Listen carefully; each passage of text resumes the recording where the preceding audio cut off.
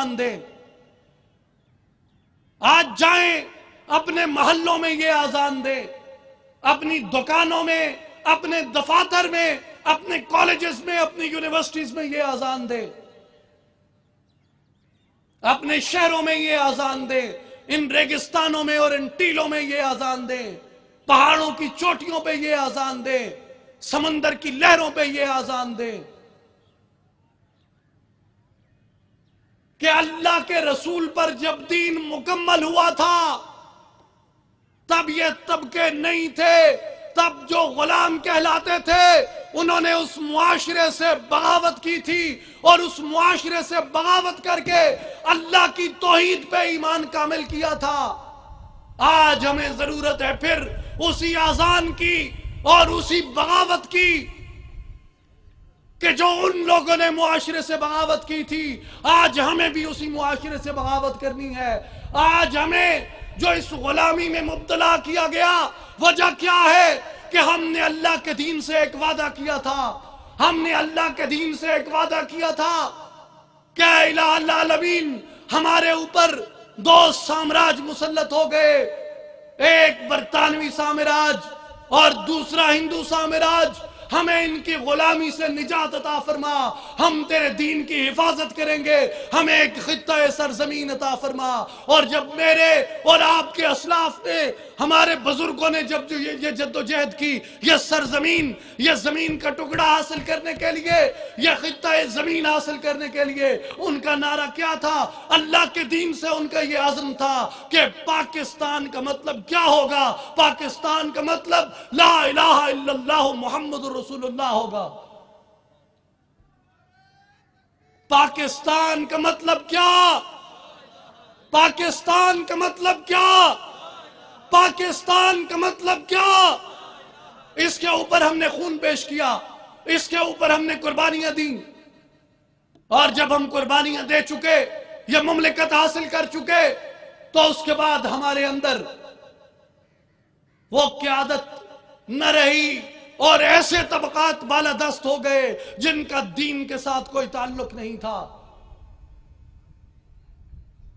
اللہ نے کہا میرے دین سے تم نے وعدہ خلافی کی، میرے دین سے وعدہ کر کے اپنے وعدے سے مکر گئے، دو استعماروں کی غلامی سے تمہیں نجات دی تھی، یہ لو پھر تمہارے اوپر استعمار مسلط کر دیے ہیں۔ پہلے روسی استعمار ہمارے اوپر مسلط ہو گیا، اور اب مغربی استعمار ہمارے اوپر مسلط ہو گیا، اور ہمیں پھر اسی غلامی کے اندر مبتلا کر دیا گیا۔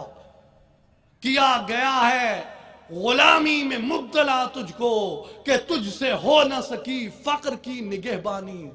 جب تک ہم فقر کے نگہبان نہیں ہو جاتے، جب تک ہم دین کے نگہبان نہیں ہو جاتے، اس وقت تک ہمیں اس غلامی سے نجات نہیں مل سکتی۔ اس وقت تک ہم غلام رہیں گے جب تک ہم ان سیاسی معبودوں کا انکار اور ان سیاسی بتوں کو جھٹلا نہیں دیتے جو مغرب کے بتوں نے پال رکھے ہیں۔ پاکستان کا مطلب کیا ہے؟ میرا رشتہ کیا ہے؟ میرا رشتہ کیا ہے؟ اور آپ دیکھیں کہ میرے بھائی جو بھی یہ نعرہ لگا رہے تھے کہ تیرا میرا رشتہ کیا، لا الہ الا اللہ، تیرا میرا رشتہ کیا، تیرا میرا رشتہ کیا، جسے کہا جاتا ہے کہ وہ باغی بنگال تھا، وہ غدار بنگال تھا، شیخ مجیب الرحمن کو گالی دی جاتی ہے، پتہ ہی نہیں ہے انہیں کہ شیخ مجیب الرحمن کون تھا۔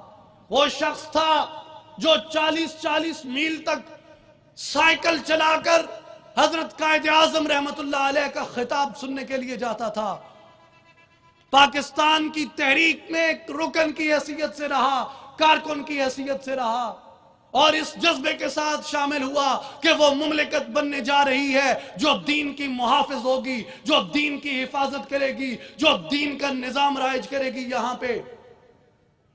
لیکن جب مملکت بن گئی، سلطنت بن گئی، اور آپ کو یہ بھی پتہ ہونا چاہیے کہ 1906 میں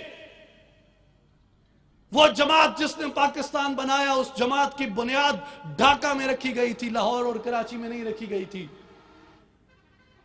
بنگلہ دیش میں رکھی گئی تھی۔ بنگلہ دیش سے پاکستان کی تحریک کا آغاز ہوا تھا۔ اور وہ کیوں ہم سے ٹوٹے؟ اس لیے ٹوٹے، انہوں نے کہا کہ یہ جھوٹ تھا، یہ جھوٹ ہے کہ ہم نے دین کا نعرہ لگایا اور یہاں آ کے دین کو نافذ نہیں کیا، اور انہوں نے کہا کہ ہماری آئیڈینٹی تم سے نہیں ملتی، وہ ہم سے الگ ہو گئے۔ آج ہم یہاں بات کریں اسلامی جمہوریہ پاکستان کی، اور اس کے اندر ہم بات کریں توہین رسالت ایکٹ کو ختم کرنے کی، اس کے اندر ہم بات کریں خدا رسول کی غیرت رکھنے والوں کو پھانسی کے ہم حکم سنائیں، اس کے اوپر خدا کا عذاب نہیں ہوگا تو کیا ہوگا؟ اس لیے آج ہمیں اپنے آپ کو اپنے ضمیر کے ترازو پہ تولنا ہے، اور یہ دیکھنا ہے کہ کیا ہم اللہ اور اس کے رسول صلی اللہ علیہ وسلم کی عدالت میں پیش ہونے کے قابل ہیں، یا پیش ہونے کے قابل ہمیں اپنے آپ کو بنانا ہے۔